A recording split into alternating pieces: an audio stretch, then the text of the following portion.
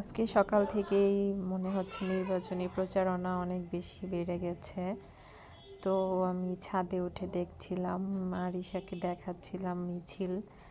তো আমাদের বাসার একটু সামনেই আজকে হয়তো বা কোনো দলের আর কি সভা হবে। যাই হোক, দারাজে একটা রিং লাইট অর্ডার করেছিলাম। তো সবসময়ই দারাজ থেকে আমি যাই অর্ডার করি, সব সময় যা দেখি বাস্তবে সেটা পাই না। সবসময় সেটা মানে ছোট সাইজের হয়।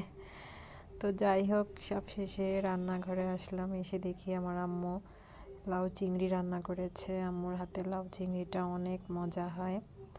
আর আমি এখানে ছোট চিংড়ি মাছ দিয়ে বড়া করব।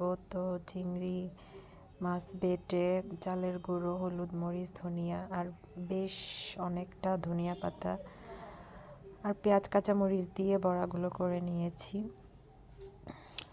আর এখানে আমি আমার ছোট ভাইয়ের জন্য তেহারি রান্না করব। ও তেহারি খেতে খুব পছন্দ করে, তাই ওর জন্য এখানে তাড়াহুড়ো করে তেহারি রান্না করছি।